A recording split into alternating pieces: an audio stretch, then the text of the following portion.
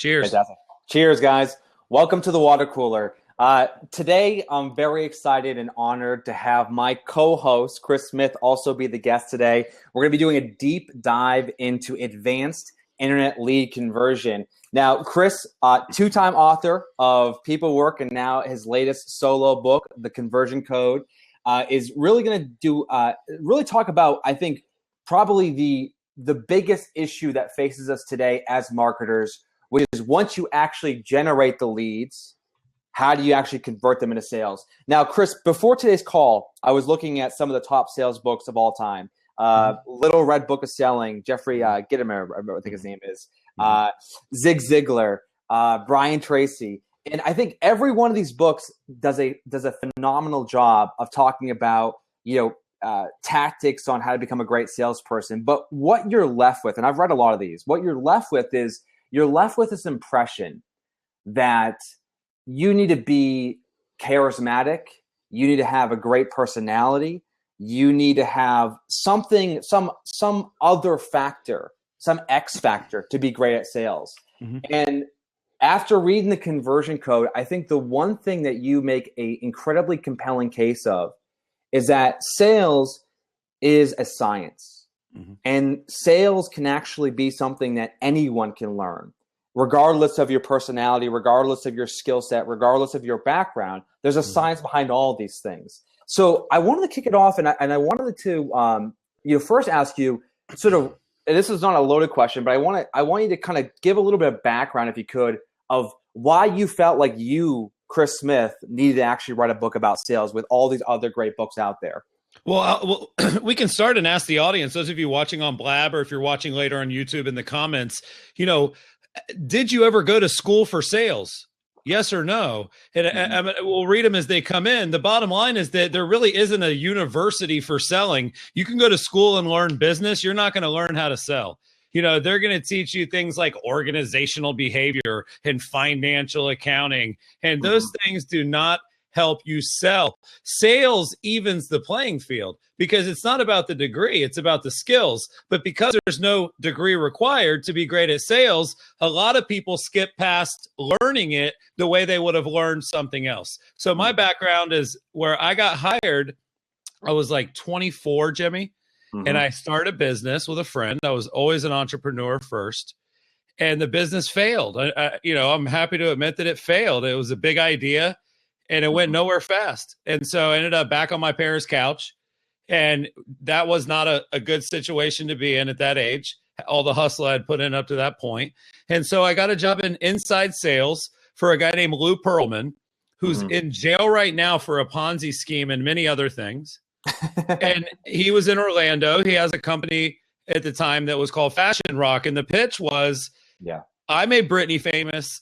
I made Backstreet famous. So if you come to this event, you might have a chance at that fame as well. But whether it's the work I did there or working at Quicken Loans in the boiler room, Wolf of Wall Street capacity, I learned sales like it. I mean, I was at Quicken for 5 weeks, 50 hours a week before I was allowed to talk to a bad lead. When I was at Lou Pearlman's company, the guy that taught sales there, he would come in every morning for 20 minutes before we hit the phone, and he would do a diagram or an acronym or tell a story. And that's where I learned sales. I learned sales in the trenches. And now I've just seen across 5, 6, 7 huge companies now that yes, you can learn this. You can go from being not that good to pretty good. You can go from being very average to good.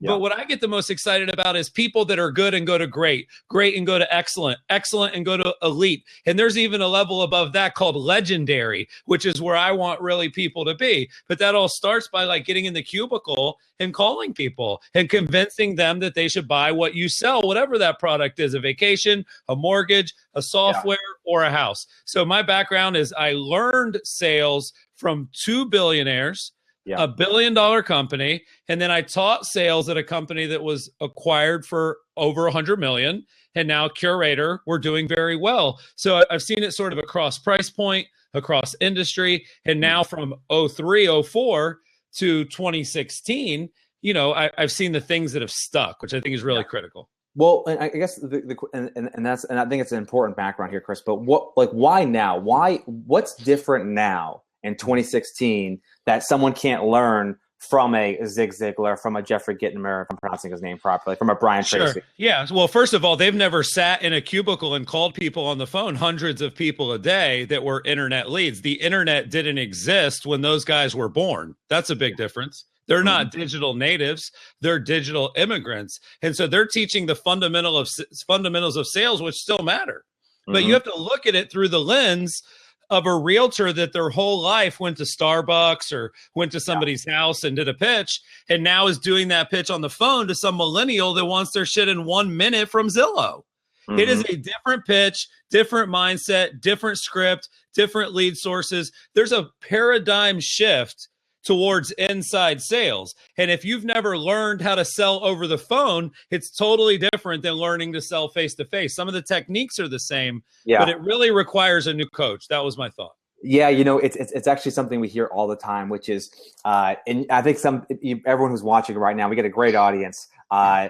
We hear this all the time, Chris, which is, I'm a rock star in person. If I get in front of that client in person, I'm going to close it, 9.9 out of 10 times. All I got to do is get to them in person. And what I think is lost in a lot of people is that they don't know how to translate their skill set to the phone, to the email, to the text, to the Facebook chat, right? Whatever mechanism or whatever medium the client is using. So it's actually something I think is something that is very hard to learn if you actually don't take a scientific approach to it. Let's actually take a moment here, Chris, to talk about actually, before we talk about this question, I want to ask about what makes a great salesperson. But before I talk about that, give me that stat here, because I think this is actually important to reference. The disproportionate stat, what's happening in marketing versus what's happening currently in sales. Sure. I think what you're referring to is this influx of demand versus actual supply. And that's happening to every industry. But in real estate, here's the data that I thought was fascinating. And it was provided by Move Inc., which they own Realtor.com. They own Tiger Leads, Top Producer, 5 Street. They have a lot of data, a lot of sources to draw from. They have a partnership with NAR. And they basically found that in 2011, there were about 4.4 million homes sold. And in 2014, there's like 5.1 million homes sold. So the actual supply of sales is what it usually is, which is flat or going up a little or going down a little. But during that same 3 years, Jimmy, you went from 2.9 million real estate leads generated in 2011. So what that means is there was less demand than supply. That would be the golden era. And this is where you saw a lot of people thrive. Early adopters of Tiger Leads, Boomtown, right? Some of those big Google platforms that they just kind of crushed it out of the gates. That was, the first wave, if you will. Yeah. Now, 2014, only 3 years later, there's over 41 million real estate leads compared to the 5 million sales. So you went from less leads than sales to 8x leads versus sales. So the future is in the follow-up. The fortune is in the follow-up. The companies that are going to win and the people that are going to have the conversations that they're good at, which I also don't believe. I think they're terrible at the conversations they have. I think that the people that tell themselves that they get every appointment they go on are lying to themselves. And I know that that's the case. And by the way, the other question is, how many appointments are you never even getting because you don't understand that every lead is an internet lead and you're failing online, so you're not even getting the belly-to-belly chance. So there's a lot that goes into that. Well, let's take a quick sidebar here for a second, because I think you just touched on something that's worth at least spending a few minutes on, which is the role of marketing in 2016. Because I think right now, we have pioneers in our space, Chris, like Seth Godin, who have been preaching this for a long time, right? Build trust through your marketing. But in our industry in real estate, we are still very much in that space of tricks and traps, right? We're still very much in that space of like, give them a little bit of information through an IDX and then like force them to register. And and what that does is that disproportionately puts the energy and effort on sales. So talk a little bit about the role of marketing and what marketing can actually do for the sales team. Man, that's such a great question. And what I talk about in the book is that if marketers had to call the leads they generate, they would want to fire themselves. They would want to get rid of their own position. And that's why I love, Jimmy, that I learned the trade in the cubicle, where the only thing that mattered was the number. The only thing that mattered was how many sales did you make? Marketers are weak. Marketers look at metrics that don't matter. Page views, likes, tweets, reach, impression, opens, clicks. Yeah. And what salespeople look at is what's right here at the bottom of the book, Jimmy. Money. That's what salespeople think about. And it was fascinating. I did a webinar earlier today, and this week I did 3. And I asked the audience, I want to ask the Blab audience as well here live, if you had to put yourself into one bucket, I'm either a marketer or I'm a salesperson, what would you self-identify? I want to see what the audience says, Jimmy. Keep an eye on that. And on the webinar, what was fascinating was 80% of the real estate agents, who I believe are salespeople, were self-identifying as marketers if they had to choose. Yeah. And I think that when you see Jennifer Doak, when you see Anthony Malafronte, I would almost guarantee you that the people that self-identify more as salespeople in real estate make more money than all these marketers combined. Now, I love marketing. The whole first part of the book is about marketing. People are saying this is one of the most advanced marketing classes you can take is section 1. But I only like marketing if it makes the cash register ring. So what can marketing do better? To send sales that are ready. They can better set the expectation with the consumer. One thing they can do is have the willingness and the confidence to ask people for their phone number. If you're getting email only leads, I can't really help you. So you have to be willing as a marketer to say, we're going to go a little bit lower on our conversion rate on our landing page. We're going to go a little bit lower on our conversion rate on our website. We're going to turn off that forced approach. We're going to go a little softer. And when we go a little softer, we can get a little more. But the people we get, we're going to have a number for. We're going to have a time frame for selling. So the ability for me to sell for you as my marketer comes down to 2 things. What you can collect from the lead, and then not tricking yourself into thinking that an email newsletter subscriber is a lead. You are probably not going to identify leads in 2016 and beyond until they're in your funnel. So it's not a lead until it raises its hand. It's not a lead until it identifies that it replies to the SMS, it replies to the drip email, it answers the phone when you call. Those are leads. And so if you'll only focus on those and identify those as leads, let the automation filter that out for you, do all the tricks that are in the book, you won't be as frustrated that 7 out of 8 don't do business because you won't even be focused on them. You're going to focus on the one that does, and you're going to nurture the rest. Yeah. So I guess fundamentally, what were people saying, Jimmy? Marketers, sales? What was the? Well, there's actually an interesting thing that one person wrote. I think it's Mark, saying that most realtors identify themselves as consultants, not salespeople. And I want to get your reaction to that, because we've heard this before on the show. Like, people who sort of maybe mislead themselves into thinking there's something other than a salesperson. This is really important, Jimmy. If you self-identify as a salesperson who has to sell stuff, you wake up every day and you sell. If you self-identify as a consultant, consultants get paid a guaranteed fee in exchange for their advice. And I'm pretty sure that's not the way real estate commission works. So if you are in commission, you are in sales. There should be no clearer line in the sand than that. But I do understand that you want to get clever on your business card. I mean, let's be honest. I love Keller Williams, full disclosure. But how many CEOs can there be? Yeah. You're not a CEO because you're a realtor. No, but it's at the root of the problem. Like, Mike Ferry talks about this a lot. If your goal is to sell someone's home, they may not like it so much when they're being sold by you. But aren't they going to love that when you're out there selling it for them? Yeah. Aren't they going to love that you're tenacious when you're working with the buyer?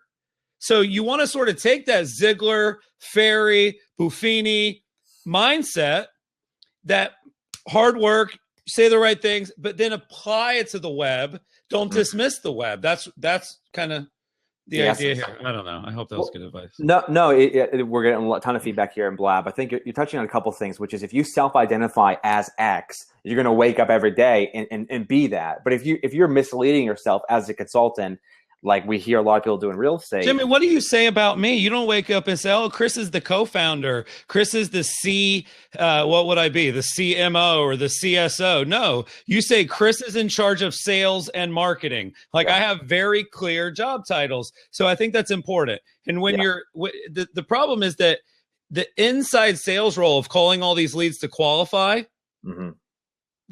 I understand that realtors don't want to do that part. They probably shouldn't. And our clients, most of them don't. They hire someone, just like we did, like Sarah, that calls to qualify the leads and schedules appointments with the sales team. So anyway, sorry. Well, I want to get into that a little bit later on, the structure of a sales team, because there's a lot of meat in this topic of how to structure a sales team to really optimize it. I heard this quote recently. By the way, one last thing about marketers. Yeah. I don't know a lot of marketers that make six figures. I don't know a lot of marketers that make 10 grand a month every single month minimum. Yeah. I don't think any marketers that make $250,000 or $500,000 a year, Jimmy, even the ones with the big fat base salary at Zillow. Now they may have some stock options. Don't get me wrong. Zillow might have been a bad example. I'm pissing everyone off today, but let me tell you that sales makes more than marketing. So that's another good reason to self-identify as sales. Yeah. Well, so let's take a moment here to talk about what makes a great salesperson. Because again, we talked about at the beginning of the show, this idea of, I think that reading the book and going through, it's funny to read the book and to know you so well. It's like you write the same way you talk, you write the same way you coach, which is you don't really build up to a big crescendo. You get right to the point, right? And I think I always say you talk in sound bites, and that's really the essence of the book, which is saying, here's the problem that you're facing that you either are aware of or you're not aware of, and here's a solution to solve that problem. And a tactic and a technique you can use immediately the moment you close this book, the moment you turn the page to apply to your business. So talk about this in 2016. What actually makes a great salesperson? What are their personality traits, but then also what are their daily habits? Sure. I'll cover a couple things. In the book, I call it STS selling. The best salespeople in the world right now are committed to speed, tenacity, and using a script. Because once you're great at sales and you sort of master the psychology of the inside sale and you can, kind of get it right more times than not, it really comes down to effort. Okay. So the best salespeople have this sort of, they have positive mental attitudes, in the sense that they're so tenacious and they put in so much effort that while they may get bumped and bruised along the way, they don't quit. And it really is that sort of how you get through the no's is going to dictate your career much more so than how you handle the yeses. Galen Ward, he owns a company called Estately. They're doing very well. He talked about the best salespeople have a black lab mindset. They're happy to see everybody. When that doorbell rings, my dogs go freaking nuts. They could care less if it's a package that's nice or if it's the kid down the street. And I think that mindset, I wish people would remember this, Jimmy. What you focus on is what you'll find.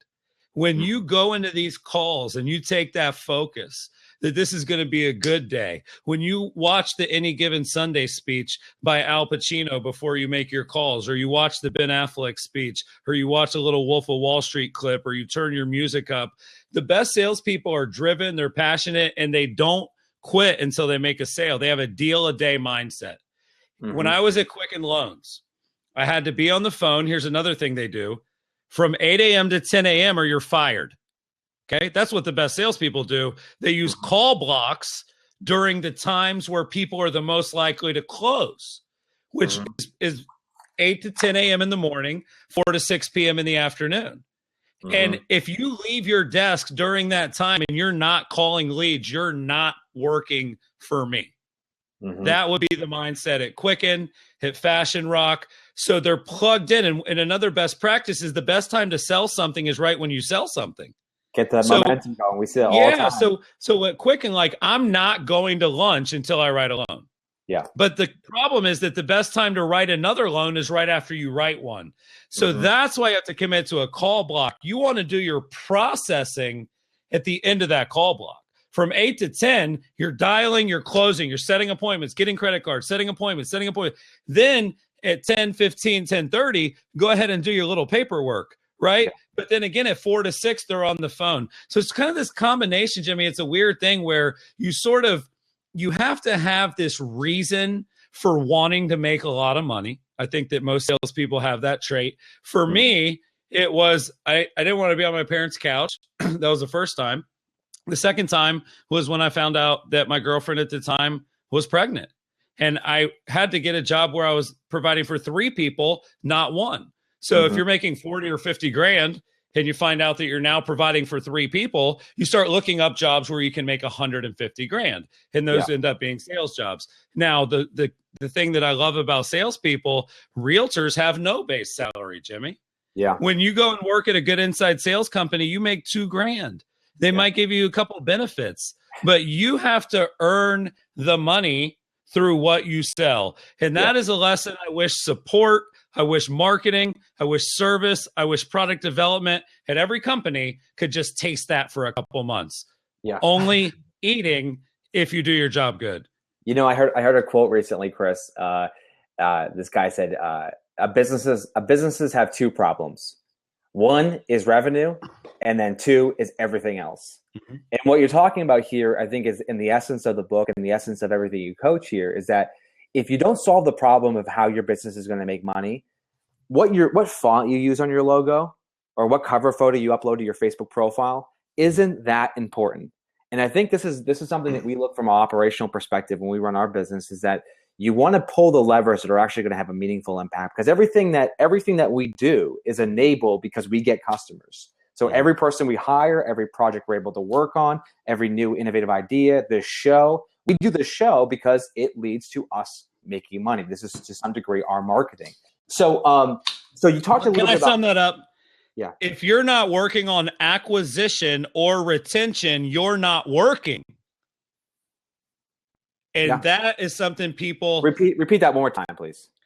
If you're not working on acquisition or retention, you're not working. Yeah. The same way that I would say, if you don't have a CRM and a database, you're not a real business. The same way that I say, if you're not making calls from 8 to 10 every morning, Jimmy, most of the real estate agents we know are not even out of bed at 8 a.m. A lot of these guys are at happy hour at 3:45. They're missing out. And then they want to blame like Hootsuite and Twitter and they're falling behind. You're falling behind on the fundamentals and you're blaming the new shit. That's the problem. And so this book tackles both. Turn the corner for me for a minute. You talked a little bit about speed, tenacity, script, right? You talk about sort of this idea of what you focus on, you find. You talked about sort of enthusiasm, as Galen says, the black lab mentality. So these are characteristics of a salesperson. These are tactics a salesperson has to use. But talk a little bit about the sort of the first 60 seconds, that 0 moment of truth. Your marketing has done its job. It has generated a lead. Yeah. Now what? Yeah, that actually is what the book tackles that no one has, in my opinion. Because once you get beyond call fast and call a lot, and right, it's hold on for one second, because you're taking this for granted because you live and breathe this stuff. Just give me some of the quick stats on some of the things that you just mentioned. Call fast, call a lot. What is some of the data behind this? Because it's worth mentioning. Yeah, it's the 100x rule in the book, the conversion code on Amazon right now. Somebody drop a link for me. People said they want the book right there. Jay Selmer, thank you. Chris is saying killer graphics in the book. There are a lot of they did. Ali and Mike did a fantastic job. Yeah, they did a great job. So the 100x rule is that from minute 5 to minute 30, when you get a new lead, that is the decrease in your chance at converting them. So a lot of people, they're thinking about calling within the first 5 minutes, but they don't always get around to that. So like if you're a realtor and you're at a listing appointment and you don't have a team, you ain't answering in the first 5 minutes when the Zillow lead comes in. It is actually impossible. And so for those of you that are not in a position to respond to internet leads within 5 minutes, you almost can't even play the game. Because it just is like, there's a saying we put in the book. My brother, by the way, Steve, he's in the chat there, S Smith 109. Allie's in the chat, the whole team. Thank you guys. They work super hard too. But like, there's a saying in the book, Jimmy, time destroys all things. And think of the tick on the timer as every second being 15% less chance, 20% less chance. So you have to call right away. Here's another best practice by real quick. People have been loving this tip on the webinars earlier.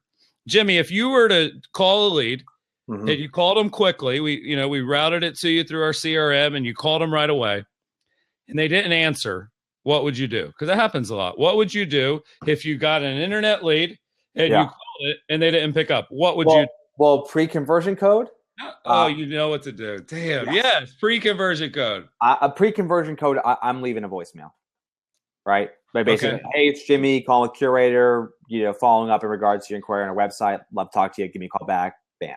Yes. Which is yeah. And it quick, and they wanted us leaving voicemails. They wanted them optimistic and positive, but they don't work. Like, Jimmy, when I call you and you don't pick up, do I leave you a voicemail? Well, I don't have a voicemail, so and like I'm part of the new generation that doesn't have a voicemail. People know to text, right? Everybody's saying text. I get that. Go ahead and say it because I think people actually don't do this. Yeah. So the first thing you do is called the double dial. You might not. This may not even have made the final book, Jimmy. The double dial is very simple. This is in the what's it, the uncut version? Yeah, you when you call someone and they don't answer, you call them again immediately, and they answer. Yeah, like the double dial is a no-brainer. But when they don't answer after the double dial, no 5 minutes between, double dial. Like hang up, dial. If you missed a call, Jimmy, from an 863 number, and then it called you again immediately, would you maybe be like, well, let me see what this is kind of important, right? Yes, the double dial. So you do the double dial, but then you have to do, oh God, you threw me off there. Then you have to do a text if they don't answer. So you're going to hang up and say, wow, I got your info and you said to call, and I just did a couple times and you didn't pick up. Is now still a good time? So double dial, then text. Game changer. Judy, you're going to love it. And then the other tip, Jimmy, is like, you can't just call once. Even if you call once in the first 5 minutes, you only contact about 48% of leads. That's per Salesforce. Yep. But as you dial second, third, fourth, by the sixth attempt, you would actually contact 93% of leads. So think about, question. We get some questions coming in through Blab that I want to get to. Looks like Chris Law here, or I'll pull the name up here. Yeah, Chris posed the question. Their name. Yes, he's sorry. Is that what you said? Yeah. So use their name. You want to provide? How much? Yeah, absolutely. Hey, Jimmy, remember I said use their name on social? I talked about that in the book. Yes, use their name if you have it. Hey, Jimmy, it's Chris from Remax. I got your info on Zillow. What's up, dude? Absolutely. Be as specific as you can be. Okay, so second question, and that's worth mentioning. Second question, you mentioned 93% of people actually respond when you call 6 times, Salesforce data. Why not call 7, 8, 9, 10, 11, 12 times? Well, there's two things that come into factor. One is just a diminishing return on your time. Because when you're built where leads are coming in consistently, you actually should refocus on those versus call number 8 to the old ones. They've actually found that, I believe it's after call number 10, you actually decrease your chance of conversion. It goes from like persistence to I'm stalking you, is what you're saying. Yeah, exactly. Yeah. Now, one other tip I wanted to give, like we're talking a lot about like, what do you start the call with if it's a new lead? And we're talking about being fast and quick and da-da. But there's something I call a pre-call stalk that I want everybody to try. Yeah. The pre-call stalk would be, Jimmy, you've got a call with a lead and it's at 1:00. So it's already sort of confirmed that you're going to speak to so-and-so at 2:00. And there's an app I use called Charlie. So this is a 3-step process for me. Charlie, Google, and Facebook. And the key, and this is what's been a game changer for people, go to Google, and you guys can play along. Go to Google and search Chris Smith. And then look at like what shows up and what's really funny is that you can actually with that Google search of just my name, you'll get the idea. There's so many. And then you Google my email, Jimmy. Then you Google chris@curator.com. And what happens, it goes from all these random results to only results about me. Somebody's email address is their fingerprint on the internet. And so you do a Google search with their email, you run them through Charlie app, and then you do a search on Facebook. This has been something people had no idea you could do. Take an email and search Facebook in the Facebook search, and it will find that one user if they're there, right? Again, compared to using their name. So what I'm doing is I'm looking for little nuggets like, oh, wow, Jimmy was featured in an article. Oh, look, Jimmy was at the Celtics game the other night. Oh, wow, he follows 3 people that I follow on Twitter. And the reason I want to find a couple of those things is so that I can put your name on a custom bullet. I want to be able to use weapons against you in the war of this sale that are customized to you. So that is going to be different when I say, hey, Jimmy, I got your information from Zillow. It looks like you're looking at that property on 123 Main Street. I was actually checking out your company Curator. It looks like you guys were featured on Inman News recently. How are you doing today, man? Do you know how different that is than like, hey, Jimmy, it's Judy from Remax. Is this a good time? So the more nuggets you can put into that opening, the longer the call will go. It's very difficult to hang up on someone or treat someone rudely that did their homework. The cool thing with Charlie is you can plug it into your calendar. And so literally what I do is like 2 minutes before my sales call, I open up my calendar, I click on the link to the person, and I'm like, oh, you like the Lakers, tough year. And that's like a good way to start the call. Anyway, the pre-call stalk is definitely a good part of the conversion. You could have that as an autoresponder for all Lakers fans for the next 5 years. So and I'm looking at my notes, Chris. I got 4 pages of notes, and we're literally at the 40-minute mark here, and I've gone through half a page. Wow. There's a lot here. This IPA is bringing it out of me. Cheers. You know, people were asking me what I was going to drink tonight, and I wanted to keep it real because, you know, I usually drink really weak beer. But I also wanted to step it up because it's a big occasion. So I got the Mad Manatee. It's a brewery out of Jacksonville. It's an IPA. And I love the design of the can. I thought they did a great job. Design is one of the principles of the conversion code. So cheers to whoever this brewery in Jacksonville is. It's a damn good beer. Mad Manatee. What are you drinking, Jimmy? It's the shitty one that's in my fridge. It's actually a gluten-free beer left over from when John visited me. Oh, MG. Angry Orchard. I'm not really enjoying it, to be honest, guys. Sorry, Angry Orchard. We had a question, Chris, in the blab, which was, yes, life is too shitty for crappy beer, or too short for shitty beer. We had a question in regards to how do you verify phone numbers. There's actually, Charlie app may do this, Chris, but Twilio actually has Twilio is essentially a phone service, right? That routes, like most SMS applications are built on Twilio. They actually have a free phone verification tool where you actually can like plug the phone number in and it will verify for you. So you can check out Twilio. Wendy in the chat, just Google Twilio phone verification. You can post a link to that. It works really, really well. So Chris. Yes. I want to get the audience involved here. We want to pull some people in with some real sales questions. But before we do, I want to sort of recap here because we've talked about the importance of marketing and how marketing really should queue up sales. And you had this great quote, which we hear all the time, or you say all the time, which is, if marketers had to call sales leads, they would quit, right? And I think marketing's role, I wrote a blog post about this, marketing's role is they are slave to sales. They should power sales. You are doing the pre-call checklist. You got your enthusiasm. You're excited. You're dialing for dollars. You're 8 to 5, whatever your time blocking is. Okay. Person picks up the phone. How do you win that first 60 seconds? Because that's the moment where like 80, 90% of their sales calls just bomb. Yeah. Well, I have to be honest. The only thing that leads to clients are conversations. And conversations have to last a little while. So the first minute is where you're going to get what is called in the book a brick wall statement.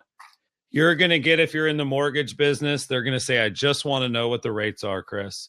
If you're in Curator selling what we do, they're going to say, I just want to know if it's available in my market. If you're a realtor and you get a seller lead, they're going to say, I just thought this was a report. I didn't really want to sell my house. Those are called brick wall statements. And the way you get around those is twofold. One, when you start the call, you do what's called gaining control. So after your little opening, hey, Jimmy, what's up, man? Da-da-da, Inman News, right? Da-da-da. Well, hey, I'm calling with the information that you requested.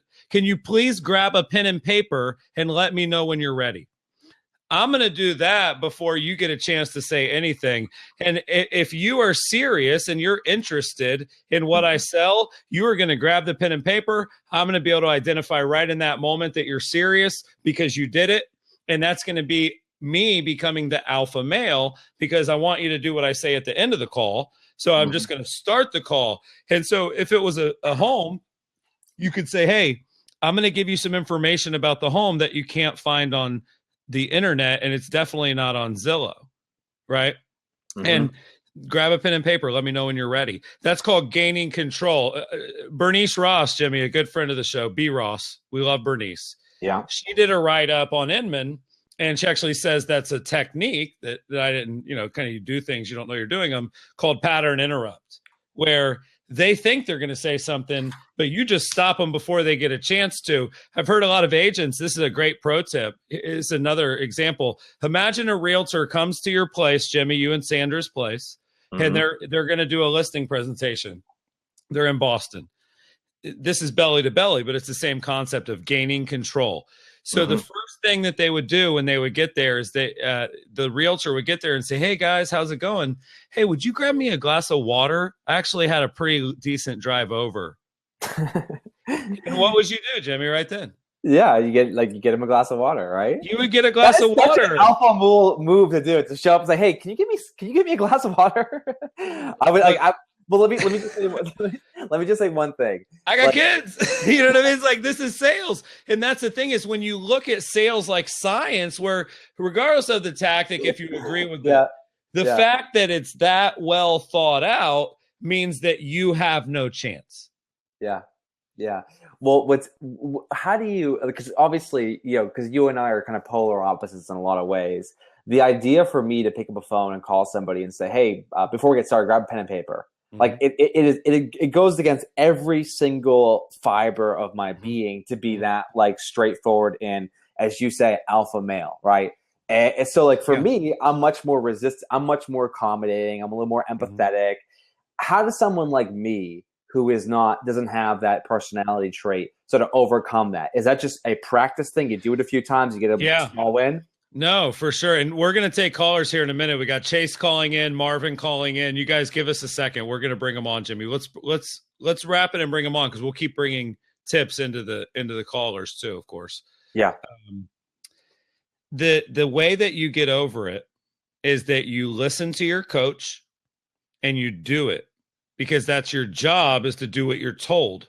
And then once you do it and it works, I won't have to convince you again. Does that make sense? No, it does, and I think something that I think is important to make a note of is that it's the outcome that you're really looking for. The words aren't really that. You don't have to say those exact words. You can kind of make it your own. But but it has to be that same. You could be geeky as hell. You just got to sound friendly and nice. You can have a customer service mindset. Hey, it's Jimmy. I'm calling from Curator. Could you grab a pen and paper? I got some information for you. Like you don't have to be an alpha male as you deliver it. Well, but please, that better not be your Jimmy impression. No, that's not. That's just my That's just my guy that doesn't like to sell impression. Which is sort of you. Yes, that was my Jimmy. No, I don't know why I went really high. That was fucked up. I'm sorry. Chase, what's up, dude? Chase Thompson, welcome to the show. What you got, baby? Talk to us. Hey, what's going on? Hey, guys. First of all, loved it. Love the book. It's all kinds of highlighted up. We covered on the podcast. I've got an email going out to the database talking about the book tomorrow. It's fantastic. Thank you. Selfishly, I don't deal, like he was saying, with the phone as much Mhm. in my current position, job, whatever you want to call it, except for trying to get deals elicited to me from as a real estate investor. So what is something that you would ask? I love that, like if I'm in their living room, can I have some water? I love the examples in the book if you're like a real estate agent or if you're trying to get someone to do a loan with you or whatever the case is. But just off the cuff, I mean, if I'm trying to get someone to I talk to banks and hedge funds to send me real estate deals. How can I elicit that trust in the beginning? What can I do to take control? What kind of questions might I be able to ask of them, in that kind of scenario? Very B2B. At the beginning of a call or together? Yeah. At the beginning of the call, that kind of like taking control aspect. I really love that. Yeah, what you want to do, Chase, is identify what is the highest value thing you bring to this call. Right. Okay. And for I don't necessarily know the answer to that, but for that investor, if it's a list of properties, like what you're doing is you're telling them to grab a pen and paper because I'm going to give you what you want at the end of the call, but I just want you to listen to me right now. So grab that shit. Right. So it's really the big reveal. Hey, I wanted to go through Curator and what we do for you, or I wanted to go through how much money you can save on your mortgage. Grab a pen and paper. Or I wanted to talk to you about the home that you found on Zillow. Can you grab a pen and paper? It's really what is the number one purpose and value add that you want to bring to that call? So what is the purpose? Like, what do you bring to the table on those calls?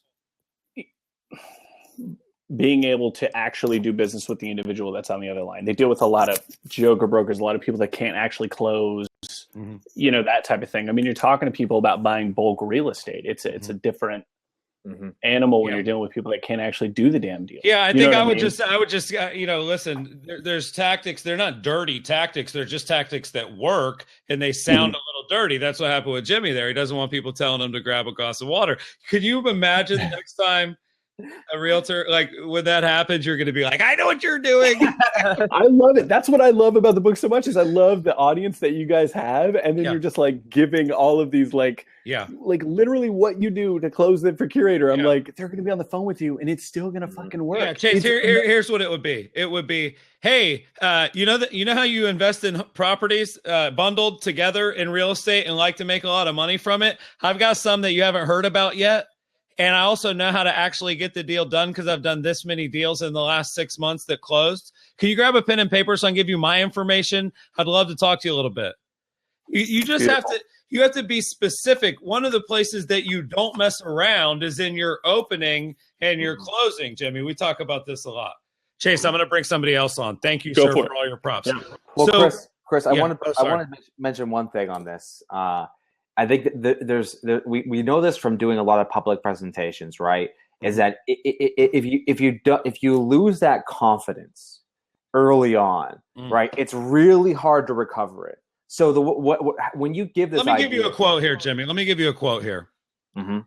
My sales coach, when I was working in the Lou Pearlman office in Orlando, it was on it's an area called Church Street. Yep, and it's a nice area in downtown Orlando, but where we worked in the call center compared to where we would go and get lunch, there were, I wouldn't say a lot of homeless people because I've lived in New York and been to a lot of places where there are a lot, but there were a few on that path. And my coach came in one day and it was his lesson for the morning. And he said, hey guys, he said, when you guys go out there and you get lunch, do the people ask you for money? Do the homeless people out there ask you for money? And we all said, yeah, it happens all the time. We thought he was going to fix it or do something about it. This guy was brutal, Jimmy. Yeah. He goes, well, they don't ask me for money. And I'm richer than all of you. And he was the only guy wearing a 3-piece suit. Like this guy looked like he was rich as hell. Like you would think like you would approach that guy way before you would approach like, the college dropout that was got a sales job or whoever the other people were working there. Yeah. And he said, guys, I'm going to tell you why they don't ask me for money, because lambs don't ask lions for food. And the way you walk, the way you talk, that inner confidence, that swagger, that I am sold myself mentality. That is such an important variable to this, Jimmy. Mm-hmm. That while that coach sort of took it to the extreme, that really was true. And I watched it happen. I watched this rich guy in a suit not get asked for money, while a bunch of us like this with freaking Rolling Stone shirts were getting asked for money. And once I saw that happen, and once he told that story, I realized that lambs don't ask lions for food. You don't need feedback. That is a rookie move. I mean, when you get to the end of a pitch, this is really when it happens, Jimmy. People get to the end of their pitch and they say, so what do you think? They pitch, they do their whole pitch and they go, so do you want to move forward? Like, please never forget that, like, if your voice trembles, you lose, right, Jimmy? Like, you can hear that as the buyer. Let me because I want to talk about that. I want to give another story about this guy too. If people want, I'd love to tell one more story if they want it in the chat on Blab. But go ahead. Yes, I was gonna say I want to give a PSA for you, because I think although Chris talks about people like Lou Pearlman and this guy who sounds like a real asshole, by the way, but these are like legitimate like tactics, right? I think the one thing that makes a great salesperson, which is what you are, Chris, and a great sales coach for our team, and obviously everyone who's reading the book and our clients, is that you have behind that swagger and behind that sort of lion's mentality, you have a big heart. You are a softie. You are a nice guy, and I've seen that other side of you. So I think it's actually, this is something that's important to make at least a mention of, is that you have to have that other piece, because otherwise you're just an asshole, right? You're just that guy who is like walking around with his 3-piece suit, stomping over homeless people. Yeah. Right? Like, you got to have that other piece of 20. Yeah, my brother and I, the way we address that in the book is that you want to have a Spider-Man mindset, right? With great power comes great responsibility. And I got to see it done both ways. I got to see the kind of sleazy, unethical way, but what he would say, Jimmy, is that you're going to learn more than you earn while you work here. Mm-hmm. And he fulfilled on that promise. And when you apply the tactics that we're talking about tonight to a good heart, like, thank you for saying that, which is true. One of the most important parts of the call is the digging deep technique. Yeah. And one of the things you're also touching on is that the way that you sell is not the way that you teach sales, right? So, like, he would never get on the phone with a lead and say, I'm a lion and you're a lamb. Like, let's fucking do this, right? Like, it isn't like that. So teaching it, we're going to bring somebody on here in a second. But cool. I'm going to tell another real quick story about this guy, because I do want people to understand that you have to have, no nudity. Stacy. We had one guy last week who was under the seat. And Chris actually answered the question, which is a miracle to me. You still with us, Stacy? I am. Hey, what's up? Well, let's let her ask her question, just because she obviously is in a. By the way, we got lights. Yeah. Just logged in, and I've never used this app before, and it's pretty darn cool. So I didn't realize what I was getting myself into. Cool. So you're on Blab. Welcome to Blab. Let's get a question out there related to the topic. What do you got? I just logged in. I don't know, but I will have to say, Chris, I really enjoyed your 3-webinar series. Just got your book, and awesome job. I've been watching you grow since Inman News, and I was did your Kickstarter campaign for PeopleWorks, and you know what, good for you. I love to watch entrepreneurs be successful. Thank you. Well, I appreciate that, and I hope I'm leading by example, and I think part of that is just executing. One of the sayings in the book is that innovation is rewarded, but execution is worshipped. So I think my favorite books, Jimmy, are by people that actually work. Like, as soon as you see a book that's from an author and a consultant and a speaker, you got to run away, because they don't run a business right now. And if you don't run a business right now, you shouldn't be giving people advice about business right now. Jimmy, that would sort of back up your earlier question. Thank you, Stacy, for saying that. You're welcome. No problem. So, Jonathan, what's up, boss? You looked a little bit more prepared. You got an HD camera. You're looking good, my friend. Yeah, just give me a second. I'm getting some feedback. Oh, no, it's all right. You probably have it open in a tab. You're going to have to close the tab where you were watching, and that'll get rid of it.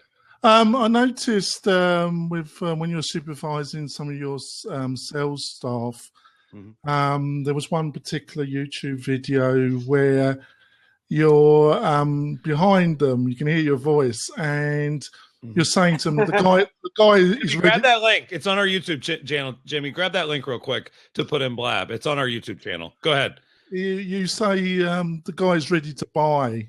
Stop talking. He's ready. You're wasting his time. He's not interested. I have a tendency to keep on talking when I should just shut up. They're ready to buy. Yeah. How do you get? Is it just experience, or are there some clear signs that they're ready to buy? No, there's definitely clear signs. This is a drawing in the book, and for people on Blab, they can see this and on YouTube. And what I want you to think about, Jonathan, is what you're doing is you're going past. See the time on the bottom? You're going past the time that you can close. So you're building them up and getting them more excited than the cost of buying, but then you're benefit dumping. And you're doing that because you're afraid to close. What you have to do is you're going to know when it's time. When you're pitching and you go feature, benefit, tie down, feature, benefit, tie down. The tie down, I think, Jonathan, is going to give you that power to know when to close. And what you're going to say is like, what do you sell? What do you sell, Jonathan? Software. Okay, you're selling. Sure. So you're selling to realtors, which I obviously have a ton of experience with. So you're going to say, hey, here's what the product does. Here's how that helps your business. Is that what you were looking for? Yes. You're not saying buy it. You're saying, is that why we're on the phone? And then you say, here's another feature of what our software does. Here's another benefit of what it does. Is that something you're looking for? Yes. You're not getting them to say, yes, I'll buy. You're getting them to, as you go through your pitch, it's called feature, benefit, tie down. So what happens is you do those 3, 4, 5, and you feel the answer because you're asking. On the last question, you would say, so did we build the kind of software that's going to make your life easier? Oh, thanks, Chris. Yes. And then you close, right? So it's about that tie down, which people would call always be closing, Jimmy, Glengarry. Always be closing is really feature, benefit, tie down. And when you get them to confirm that the feature benefits them before you go to the next one, you'll hear exactly when it's time to close. I say in the book, most people take 4 to 6 feature benefits and tie downs. I've ordered the book on Amazon. Ordered it 5 minutes ago. Awesome. Thank you. We do a podcast. I do a podcast. If I email you, any chance you come on? Yeah, Chris@Curator.com. I love that, Jimmy. He doesn't know how to close a lead. He's closing me live on the air. So, I think really, Jonathan, you feel comfortable with me because the setting. Take that swagger to your calls. Take that swagger to your close. And by the way, when you do go to close, let me give one last tip here, Jimmy. There's what I call a transitioning closing statement, Jonathan. So once you know they're all the way pumped and they want to buy, you don't want to say, so do you want to buy? You want to say, great. So here's what happens next. That is so important that you segue. Anyway, thanks for your time, man. Thanks for coming on. Yeah, let's let Jonathan go before he talks himself out of that sale. He right hooked me. I like that. But do you see, there was a guy I used to work with, David Boyce. This guy probably has $1 million net in the bank from doing inside sales at Quicken right now. Just a great sales guy. And I remember one time when he asked, people would always want to negotiate price. I know a lot of our audience is real estate agents. Sometimes they get asked about their commission and if they can negotiate. And, Sarah and Neil and Darren, they sell an expensive product. So when you do that, people more often than not want to talk about price. And the lesson I learned about price was very simple, Jimmy. When you go to 7-Eleven and you get a big gulp and you go to the register, the guy says it's $179 and you take that out of your pocket because it is not a negotiable price. And so that is the way that you have to go into sales, is that if the guy is 7-Eleven's not to negotiate on the fucking big gulps, I'm not negotiating on my shit.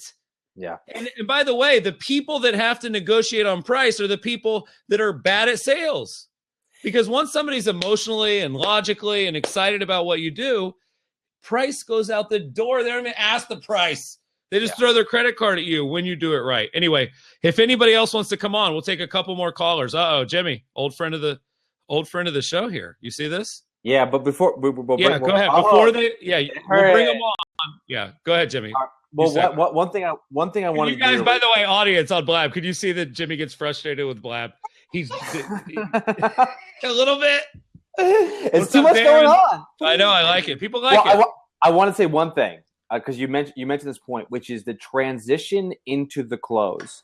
You touched on it kind of briefly as you were pounding your IPAs, and I want you to repeat this because this is very important. Most people end sales calls saying, how did that sound? Sure. What do you think? Are you ready to move forward? What's the exact language that you recommend people using when they actually got the sale? They're ready to move forward. Yeah, you basically say, okay, great. You get to that last tie down and you can feel that they're ready and you say, great, here's what happens next. That's exactly what you say. This is one of those times in the script, Jimmy, that you do exactly what your coach tells you and you don't make this your own. Great. Here's what happens next. We're going to order a photographer to come out and take pro pictures. We're going to get a videographer. Look at this. That's so cute. Hey, Morgan. See, he's going to get all the props. Darren knows how. This is not his first Blab. Look at that. Hey, Morgan. So side note for people watching, I was the priest in Darren's wedding, our special guest there. How long have you been married now, Darren? 3.5 years. Wow. 3.5 years. That's big in this day and age, my man. You know, that's congratulations. Big. So anyway, Jimmy, you basically say, here's what happens next. And then you foreshadow like what happens when you buy. So we're going to get the photographer. We're going to get the videographer. I'm going to go in the MLS and look at some comps for you. And then instead of saying, so are you ready? There in the book, I talk about the slot close, the trial close and the slot close. So basically, your close should never be, do you want to buy? And Curator, let me tell you what Neil says when he closes. He says, well, great. It sounds like you want to move forward. Here's what happens next. Your website's going to get built. We're going to set up your ads. We're going to build your database, and you're going to get the best coaching of your life. Is the best day for your team to do coaching Tuesday or Thursday? That is his close. Because if they answer that question, it's over.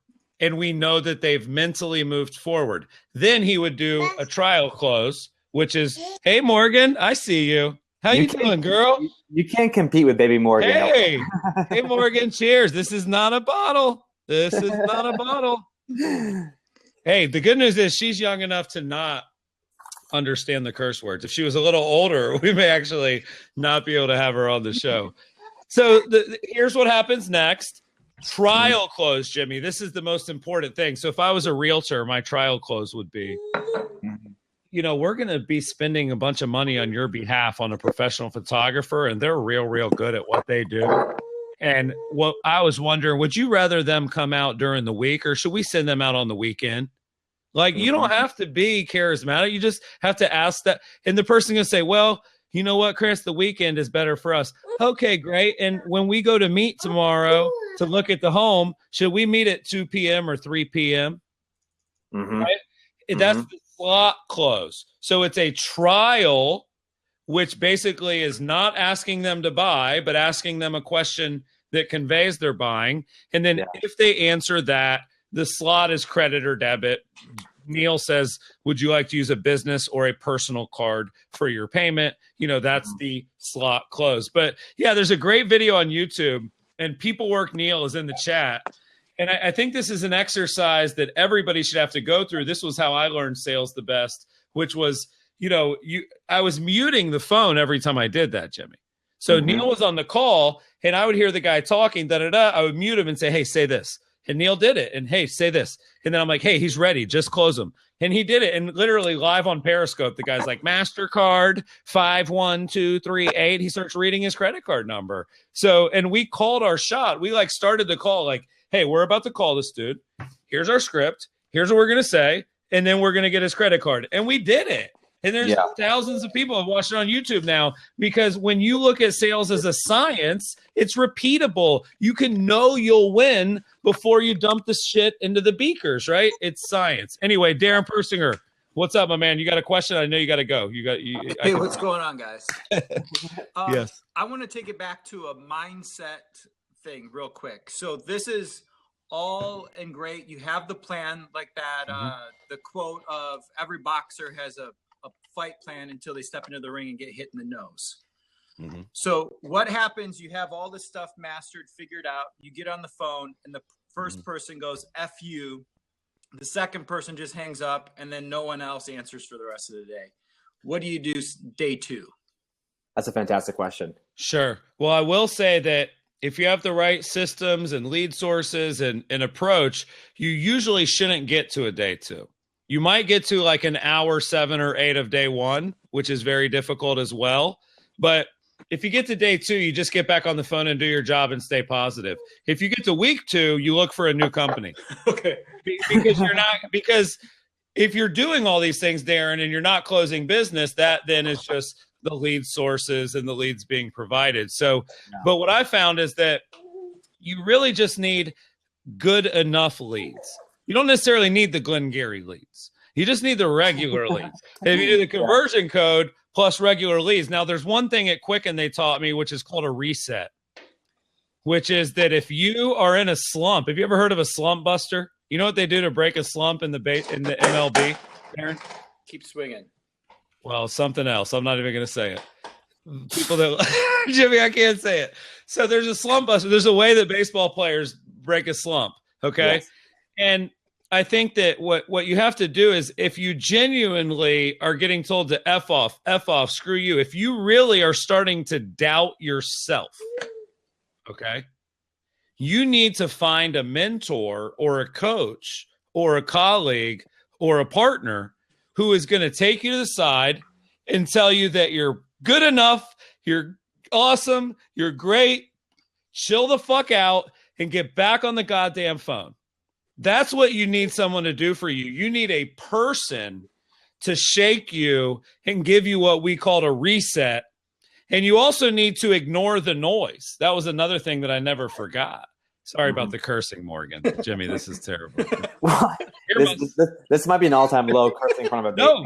Darren's been on for like 4 minutes and he's about to catch us. But Darren, I think the key, what I would do in that mindset is I would walk around the block 3 times in my neighborhood. I would put on music that I loved. I would call somebody that I trusted, and I would tell them to tell me that I haven't lost my touch. And then I would get back on the phone and do my job. Love it. Cool. Darren, thank you, sir.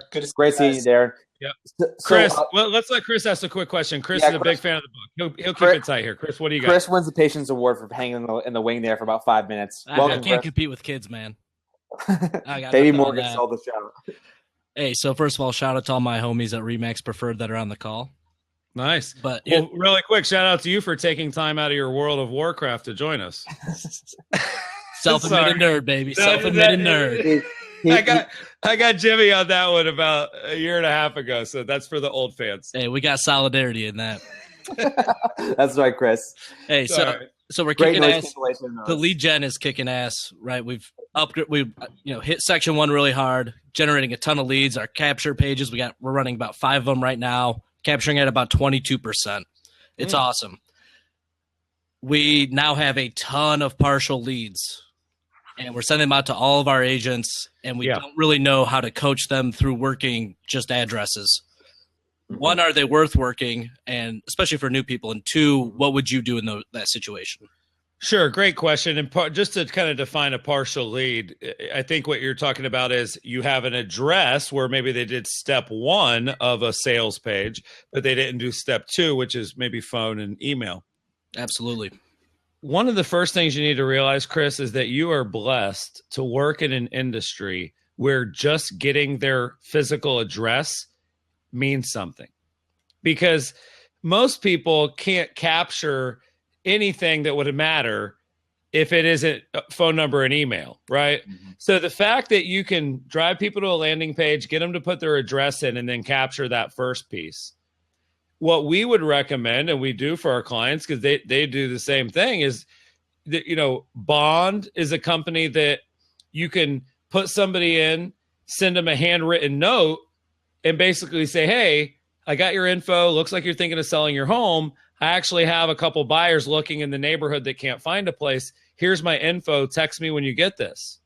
But that's a handwritten note, but I would only do that because they already filled out a form that said selling your home this year. So a lot of that is the lead source, right? If the message is want to know your home's value, I'm not going to spend the $3 on the mail, right? If the message is selling soon, go here and learn more, then I'll knock on the door. Like Jimmy, remember Nat, sorry. Mm-hmm. He would actually print a CMA, Chris, and put it in a FedEx envelope. Mm-hmm. And he would lean it against their door because anybody that ship it through FedEx, he'd actually put it in a FedEx envelope. FedEx, listen, I've been shipping a lot of books, dude. Like $8 FedEx is so overpriced, it's ridiculous. So I know why he did that. He would go to like FedEx, Kinko's, grab some envelopes, right? Yeah. And then he would shove a CMA in one. He would lean it on the door, say, hey, I saw that you looked for your home's value the other day. I figured I'd drop it off in person. He would knock and try, first if they weren't there. But that was doing really good for him, Jimmy. So I think, Chris, a lot of it is, the neighborhood, the price point, like what is the upside of it working? So if it's a higher end market, I'd be sending those bonds all day through the mail, because even if I had to send 1,000 and it cost me $3,000 and I got 4 and it's $4 million worth of listings that make me, right? Right. It only takes one. Yeah. Exactly. So I think there's a lot of factors there. Great question, dude. Thank you so much for your support of the book, Chris. Seriously. Hey, love you guys. Keep crushing it. Thanks, Chris. Jimmy, we got a caller. What do we do? You want me to take a break from the callers? I want you to take a break, just like a 60-second break. Okay. No Catch your breath. People are loving it. I'm not sure if you're catching up with the chat here. People are I can't even see the chat. I'm focusing on the callers. Sorry. Okay. It's okay. So there's actually something that Chris touched on, which I think is actually really important. And this is a theme throughout the book. It's a theme of what we implement at Curator, is that there is a symbiotic relationship between marketing and sales. When marketing does its job, sales runs a lot more efficiently. And a good example of this is if you were to contrast a Curator sales call, Chris, versus the average real estate team.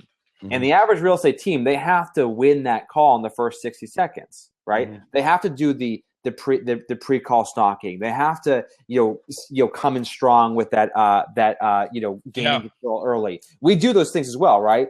But the difference is when someone actually picks up the phone, or we pick up the phone, we call them, we talk to them. Mm-hmm. The difference is they know who we are. They've watched the show. They've read our emails. They saw a blog post. Maybe they watched a video or watched us in person. Sure. And fundamentally, this is important to make note of.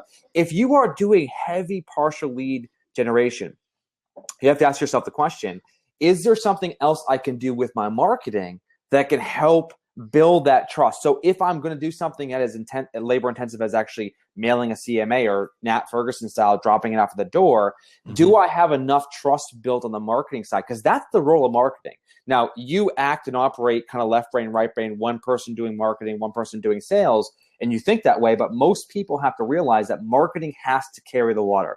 Marketing has to do the job of setting up sales. So they're not doing it all the work in the first 60 seconds. Mm-hmm. So contrast that and think about that from your perspective. If you don't have a lead generation problem, meaning you're generating a shitload of leads, you have to come back to say, is my marketing building trust? And I'll drop a link to an article to give you a practical example. An article Judy Weiniger wrote that, in my opinion, is the quintessential example of building trust through your marketing. And then we'll go to Bill's question.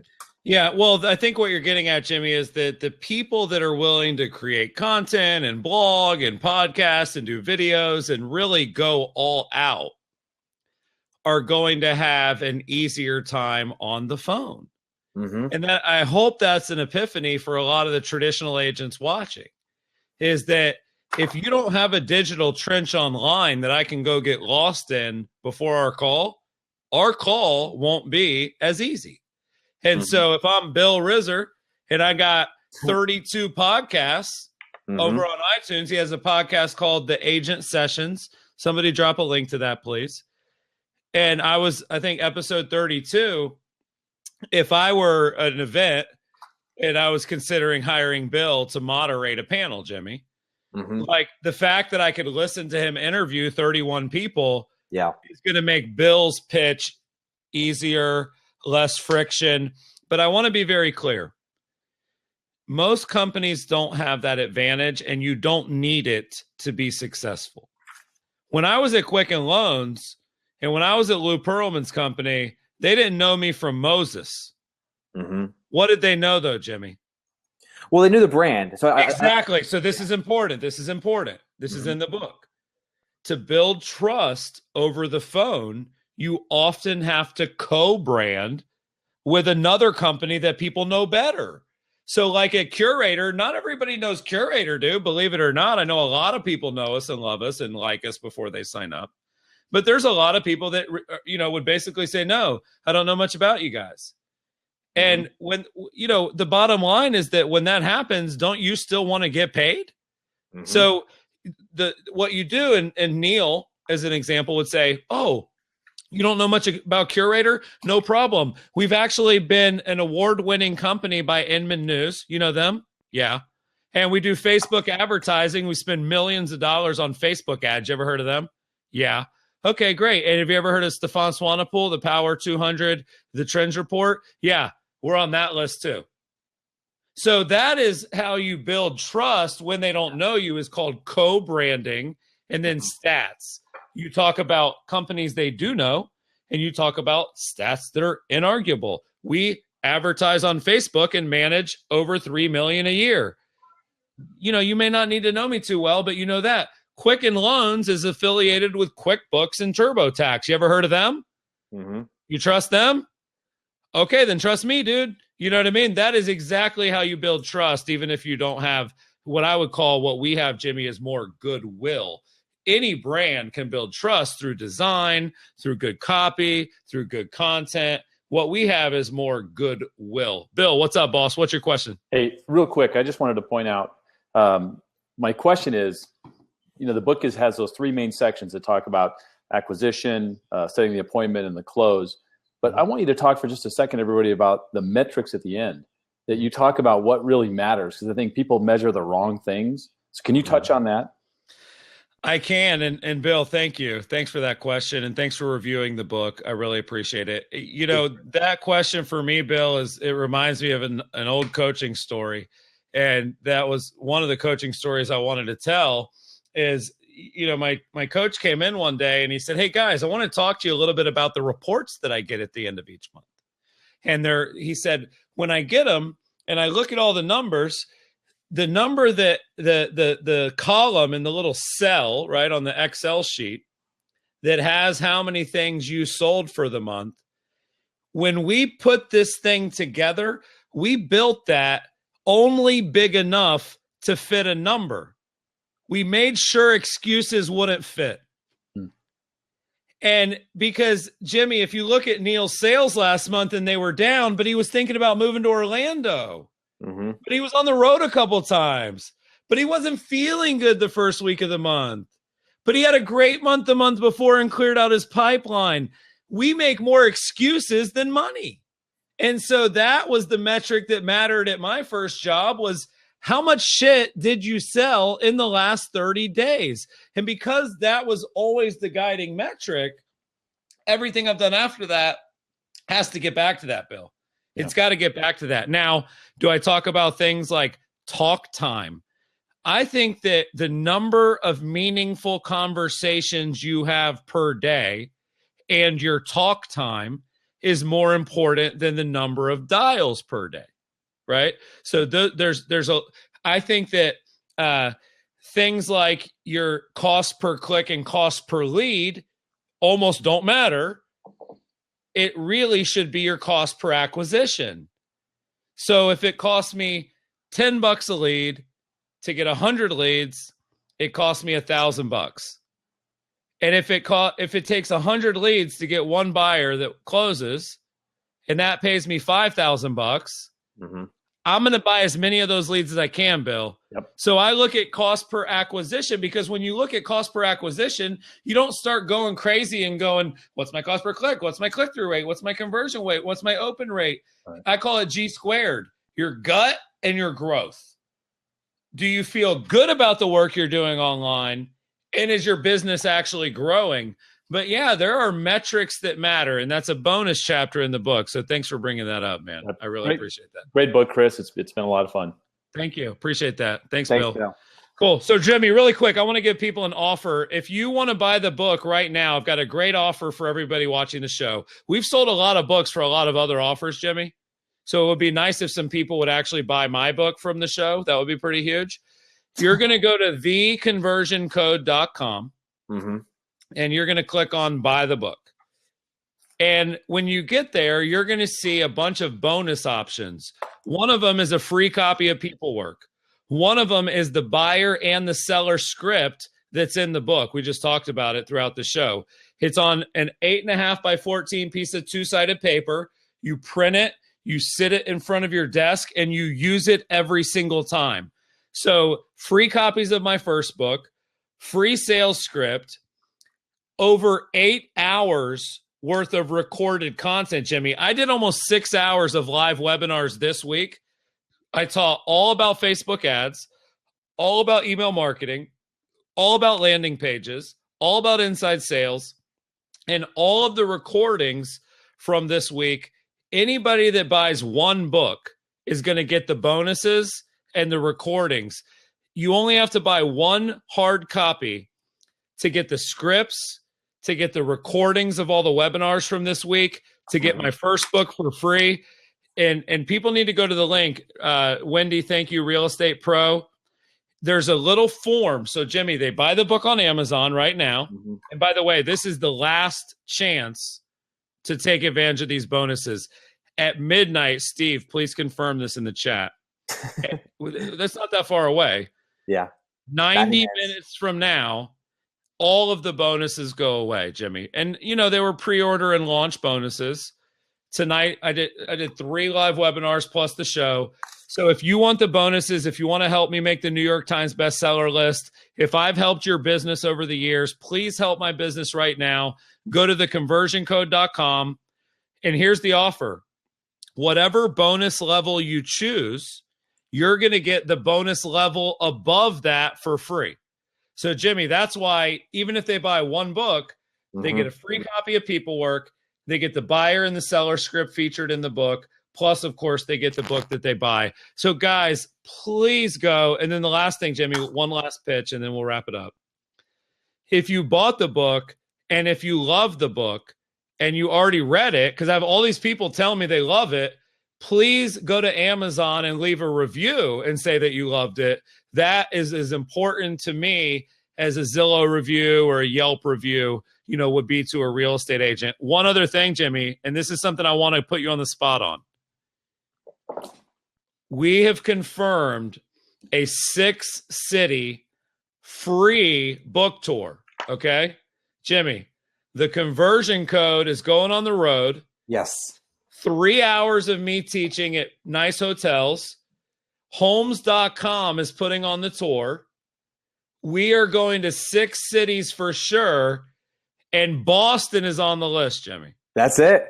So my question is, can you confirm right now that you will be at the Boston conversion code stop? Well, I live in Boston, and it's probably down the street from me. So yeah, that's not putting me on the spot. Like, what am I not going to show up? Like, you come to Boston, I'm like, well, hey, sorry, I'm busy. Like, well, you normally don't like to go to events, so we've got one. That's not true. That's not true. Okay. Yeah, but here's what's cool, Jimmy. Listen. Yes. Atlanta. Yeah. Dallas, Houston, Boston, SoCal, and South Florida. I'm going to 6 cities. This is 100% free, and the people that come get a book and an autographed copy of the book. So Homes.com is making this possible. I just put the link in Blab. Yeah. Please, you guys, what you're going to do is just register to get a free ticket. And I am looking to go other places. There's a little box.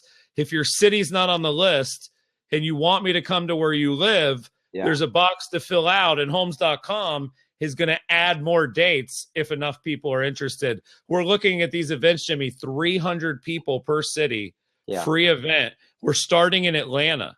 We're going to be at the Atlanta Tech Village. We've got Lee Atkins promoting. We've got all of our great Atlanta clients. So I'm pumped to do the belly to belly and see a bunch of people this year. It's really exciting to do that. Yeah. Well, one last plug for the book here, Chris. I think this is for me, the entrepreneur game is a feast or famine game. And I think a lot of people right now have to understand, have to realize, and maybe you already experienced this. When you're really good at your job and you're really good at being a real estate agent, or if we have other entrepreneurs watching the show, it's not good enough. You have to be good at other things to be able to generate business and convert that into new customers. And I think what happens right now, Chris, is that because people are so accustomed to sort of like build it and they will come philosophy, they get incredibly frustrated when they look 3 months down the road and realize they have nothing in the pipeline.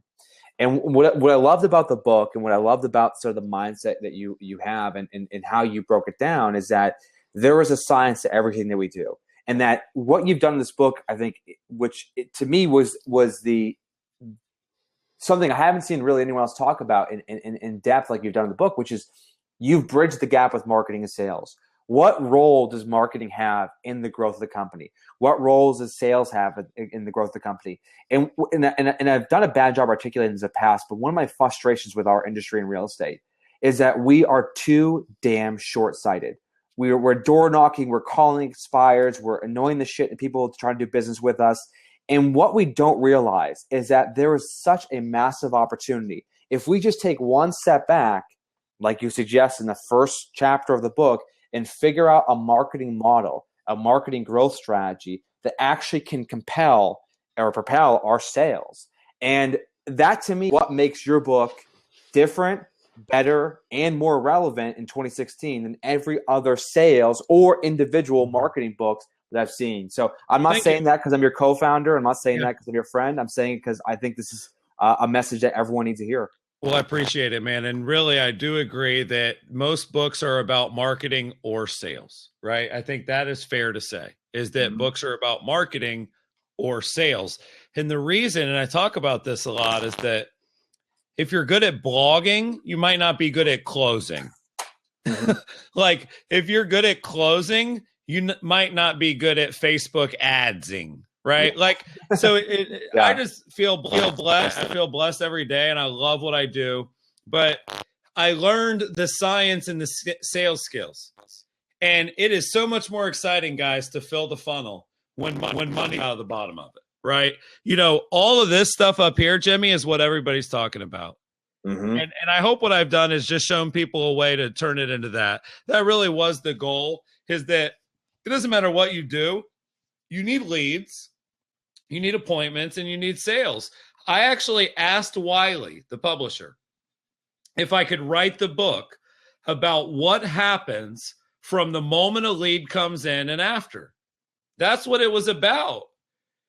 But they said, Chris, you're taking for granted that business owners in 2016 have actually used the internet well enough to have leads coming in. Yeah. Jimmy, hold on a second. We've got a caller coming in. Hold on a second here. Scott Atkins. I get nervous about these when I don't know the person.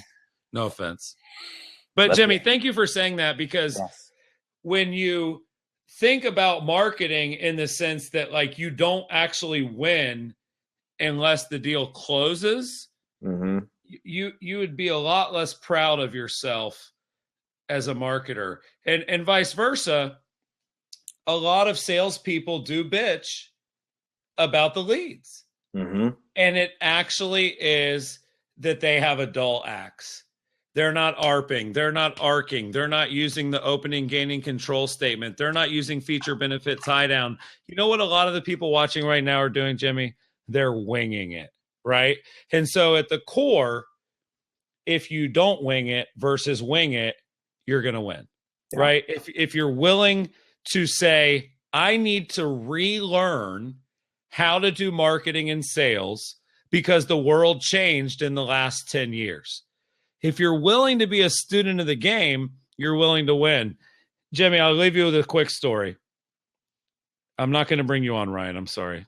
We got to get going. I walked into my job one day at Lou Pearlman's company, and it was just a different kind of mood in the morning, where normally he would come in and teach us a sales lesson. And he had just kind of a stack of papers in his hand. And he said, "Hey guys, we're not going to do the training this morning. Actually, I'm going to read off a list of names. And if I read your name, you still have a job. And if I don't, I want to thank you for your time, and you need to hand in your badge, and you no longer work here." And at the time, Jimmy, there were about 150 people in this room, and he only read 75 names. So I watched as 75 people had to pack up their shit and get the fuck out. And it was boyfriends that got fired and girlfriends that didn't. Cousins that got fired and cousins that didn't. You know, best friends from college where one got let go and the other didn't. And so it was a very traumatic scene. I was telling you earlier today, it was sort of like Jerry Maguire if half the people were getting kicked out, not just one of them. People were crying. People were yelling. People were pissed off. And as you know, everybody left and you know, they kind of, it settled down probably 5 to 8 minutes later. And our coach got back up and he said, "Hey guys, I know a lot of those people were your friends and your family and maybe even your spouse or your loved one. And I know that what just happened was really tough. But I just wanted to say one thing. I didn't fire any of them. They all fired themselves because they didn't hit their numbers. Now get back on the phone." That was the lesson for that day. And when you experience that right in front of your eyes, Jimmy, you don't need another sales lesson that day. You just get back on the phone and you do your job. We covered is showing up and doing your job. And that was a tough experience to go through, but I closed 4 people that day. Fear is a big motivator. So anyway, I hope you guys love the show. Jimmy, any closing thoughts here? We talked about the homes.com free event. People know that they now have 1 hour basically to buy and get the bonuses. Thank you guys so much. The book, Jimmy, the book is blowing up, dude. Hold on one second. Well, one thing, I just want everyone to go ahead and grab a pen and paper real quick. There you go. Listen to you. That's it. No, awesome show, guys. I have 4 pages of notes. We got through like basically one page of that. Great stuff. And honestly, buy the book. Your business will become better. I wrote a review on Amazon. I've only written 2 reviews, one on People Work, one on this. Awesome. You guys are going to enjoy it. So great. I love all the questions. Love all the call-ins. We had no weirdos this week, which is always a plus. And congratulations, my friend. I know the work that goes. Cheers. Thanks, Jimmy. We'll see everybody next week. Thanks.